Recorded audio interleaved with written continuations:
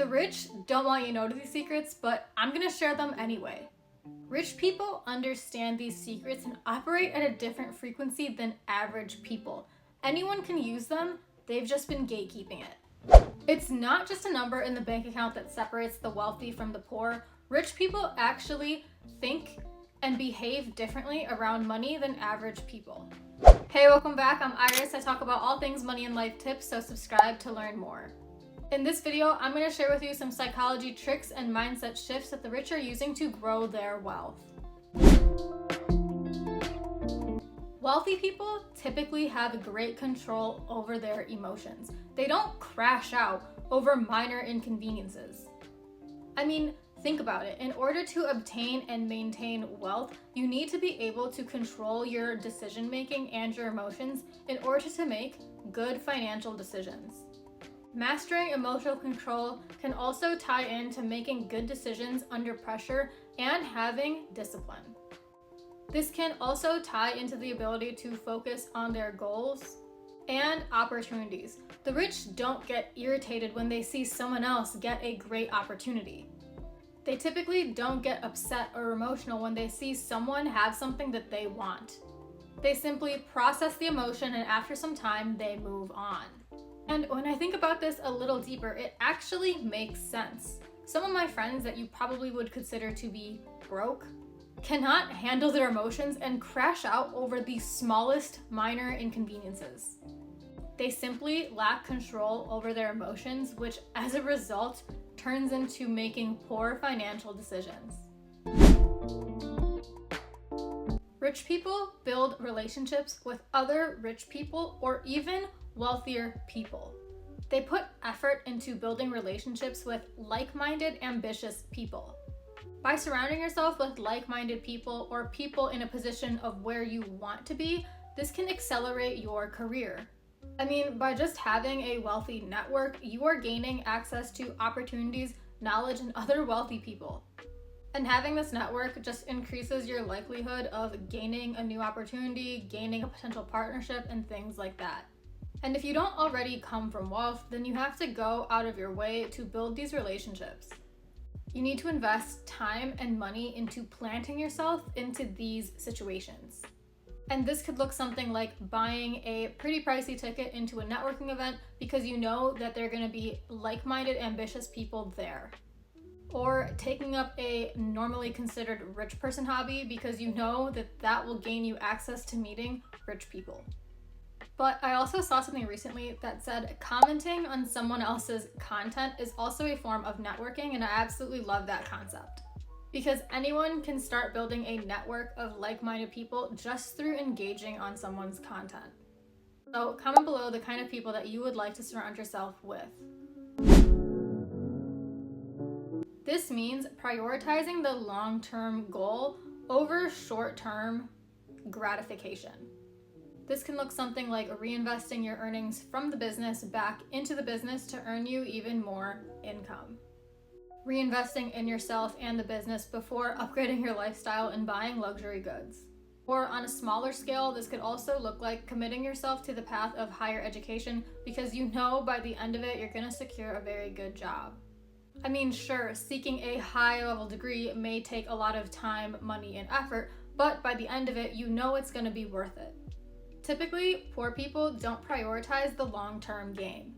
They typically like quick, immediate gratification and wins, making them very susceptible to get-rich-quick schemes, rather than committing to a path of long-term sustainable wealth.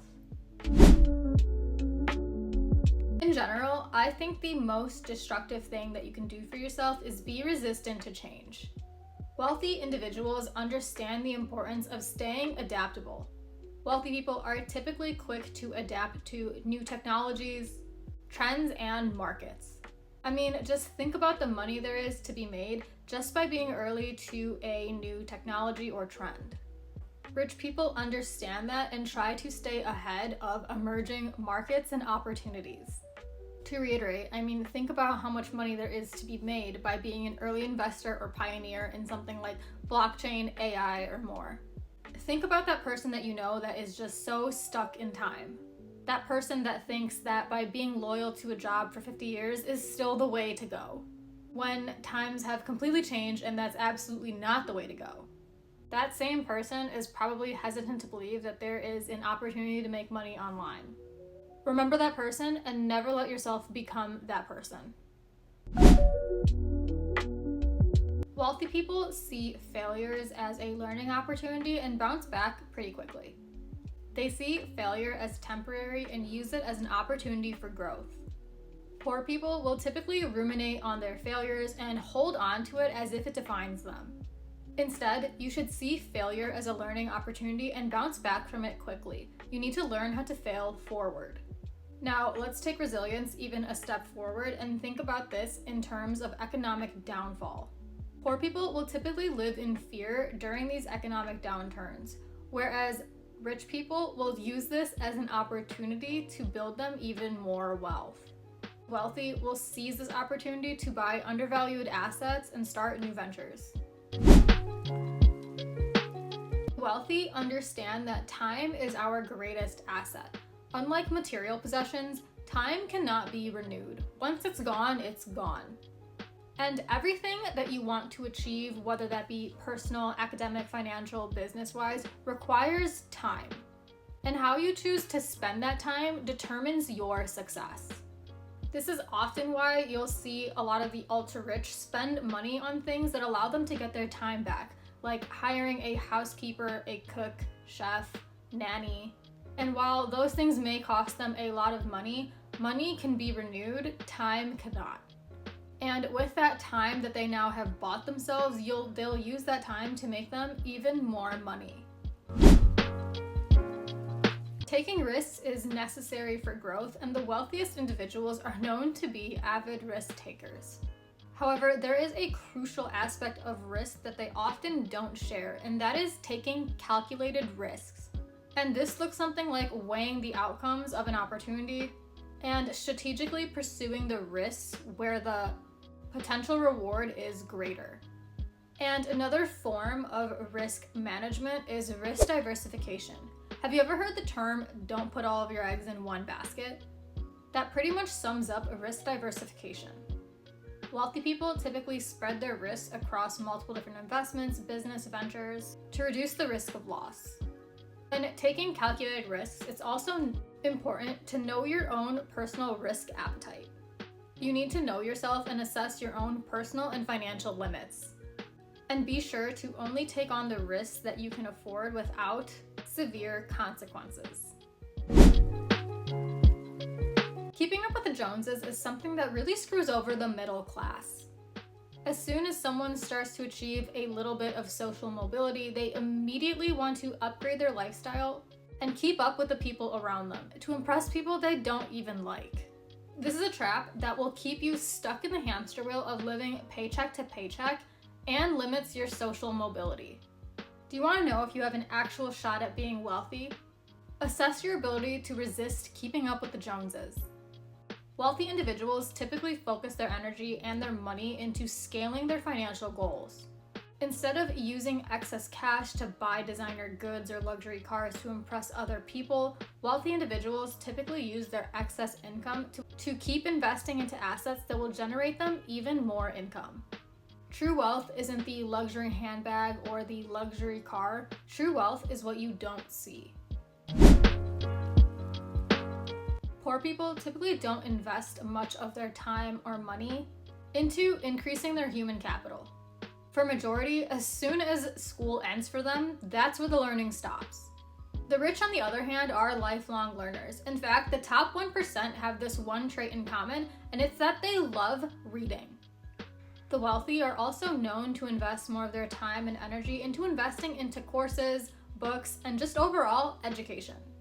This can also look something like buying access to a paid community of like-minded individuals.